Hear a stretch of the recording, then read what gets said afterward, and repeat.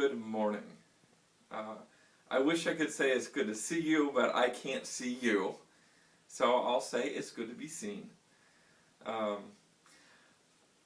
As you all know, on February 6th I had a brain tumor removed, and since then I've had a few setbacks with the flu, but overall I have been recovering very quickly and look forward to seeing all of you after Easter.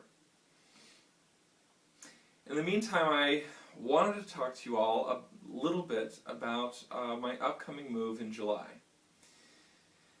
As many of you know, we have letters in the Bible called the epistles. You have Paul and others who moved around from church to church sharing the good news. They didn't always all get along. Some of them stayed a little longer than they ought to have, and some of them needed to move on a little more quickly. And we still see that today in the church, don't we? As the Christian faith progressed, we ended up with bishops, later a pope, who moved pastors around. So they didn't stay too long or stay too short a time, so that different gifts could be used. And us United Methodists are no different than those earlier Christians. Our bishop and cabinet, made up of some district superintendents, other clergy, get together every year and decide who needs to move along and who needs to stay put. We at Pontiac, First United Methodist Church, are special in this regard because we already knew that I was going to be moving. For a variety of reasons, we knew that our church needed to go from 2 pastors to 1. So since November or early December, we have known that we were moving the associate pastor along, and you've known your destiny for quite some time. But finally, this week, I know my destiny.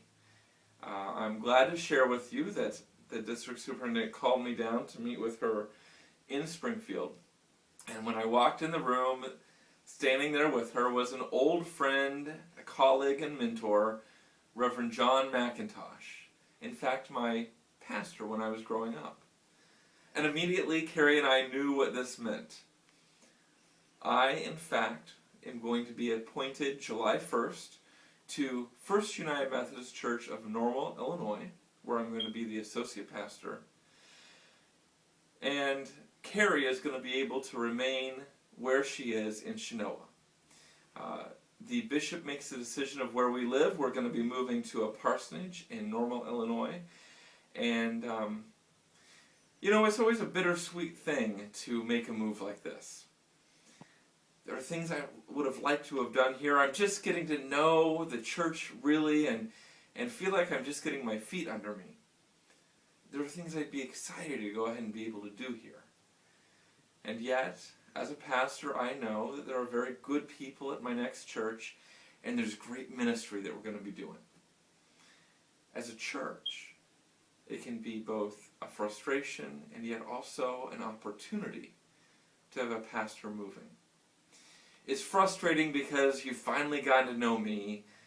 It's frustrating because there's some anxiety that comes with change. And especially for this church, there are certainly many changes that will have to come in order to move from 2 pastors to 1. But there are also opportunities that could never have been without this change. There are opportunities and ministries that will present themselves and ministries that you'll be able to do that never would have been possible without these changes that are before us. I'm proud to have been part of First United Methodist Church in Pontiac. You've taught me so much. You've given me so much grace, so much encouragement and support. And as I like to say, you've given me a few well-placed proddings along the way.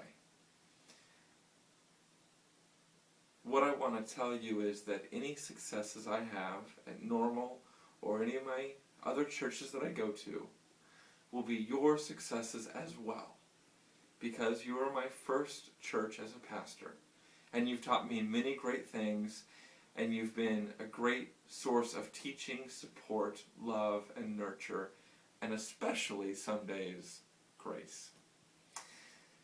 I look forward to seeing you after Easter, and I look forward to being your pastor right up until June 30th.